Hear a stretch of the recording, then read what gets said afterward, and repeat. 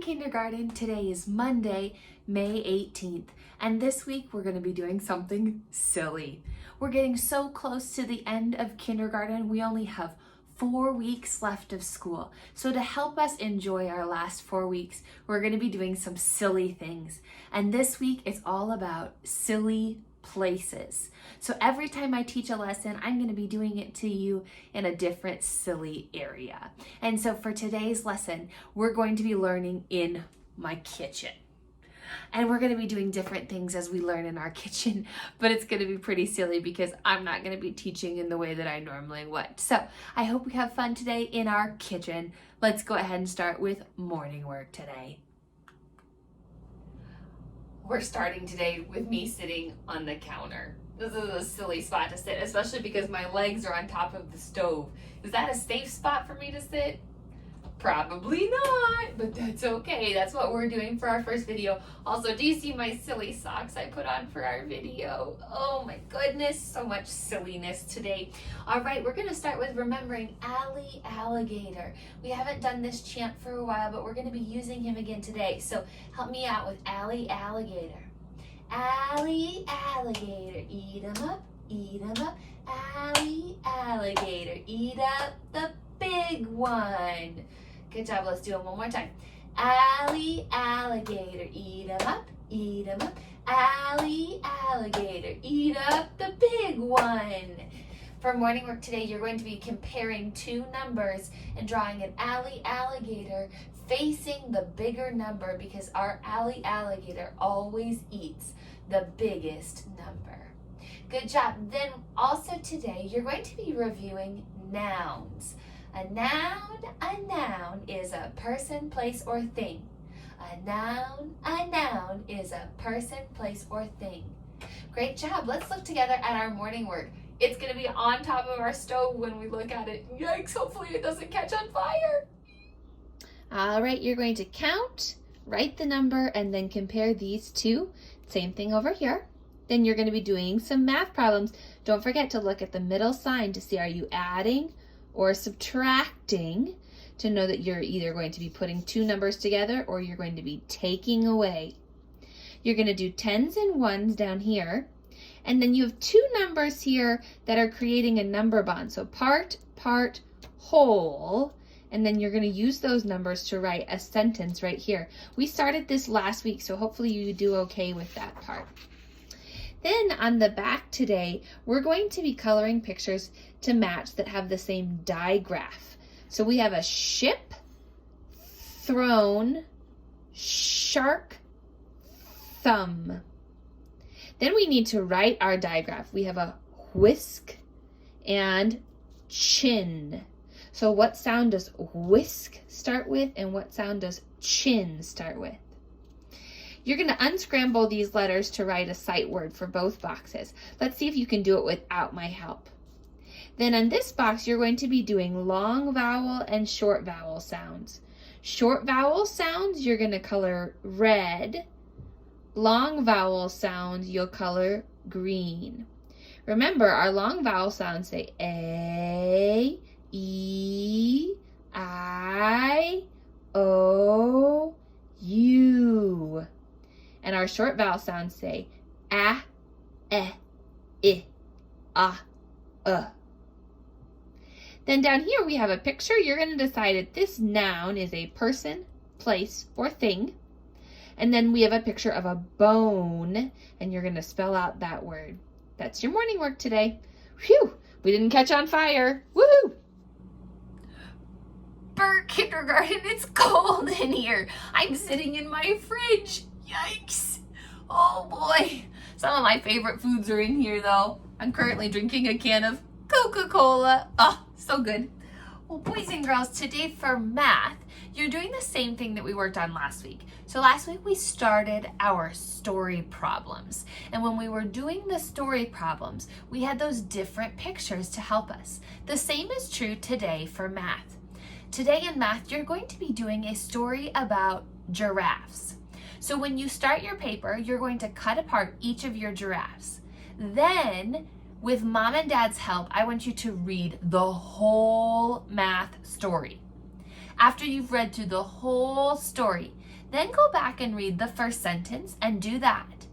Then read the next sentence and do that part, and see if you can do that whole story problem all on your own with a little help from mom and dad. After you do that, then you're going to be writing the number family. Okay, so you'll be finding the number bond and writing the fact family from that number bond. Let's review what that looks like. Brr, I'm getting out of the fridge. It's cold in here. Okay, for reviewing this today, I'm still using my fridge. I'm just not inside anymore because it's too cold. Okay, so for our number bond, we have the numbers 3 and 2 as our parts, and our whole number then is the number 5, because if we take 3 and 2 together, it makes our number 5. So they're a number bond. From that number bond, we're going to be creating a fact family. And remember, a fact family has 4 sentences. We have 2 addition math sentences and 2 subtraction sentences. Okay, so let's use our number bond together to create this fact family. So we're starting with adding, and we remember when we add, we do part plus part equals our whole number. So let's start with our top part, which is our number 3. And so our first sentence is going to be 3 plus 2. 3 plus 2 equals 5. So that's the first fact in our fact family. Now we started with the 3 the first time, so now we need to start with our other number, our other part number, which is our number 2. So now we're going to start with 2, but we still have to add both of our parts to get our whole number. So now we're going to do 2 plus our other part, which is 3. 2 plus 3 equals, our whole number is the number 5. 2 plus 3 equals 5. Now, for subtraction in our fact family, we start with our whole number. So we can actually go ahead and write the 5 at the beginning for both 1, because we know we're going to start the same way, because we have to start with our whole number and take something away from our whole number. Otherwise, we wouldn't have enough. So we're going to take away our first part. What was our first part? 3. So we'll take away 3 from our whole number. So 5, take away 3 equals our other part, 2. Good, now let's do the other one. So we took away our first part, so now we need to take away our second part. So 5 minus 2 equals our other part, 3. Hopefully that helps as you work on your math today. Oh no, kindergarten, I'm inside my sink. Yikes. Hopefully the water doesn't turn on, otherwise I'm gonna get all wet. Yikes. For phonics this week, you're each working with different sounds again. So we have some of you who are working with our digraph, CH. And when C and H are together, just like this, it makes a new sound. Instead of saying k, it says ch. Will you make that sound with me? Ch. Like chunky chips are chewy. And you need to use your chin when you chew. Good job. That's our digraph, CH. Others of you are working with our long E sound that says E. And if you're in that group, you're going to be using E, E, or E, A.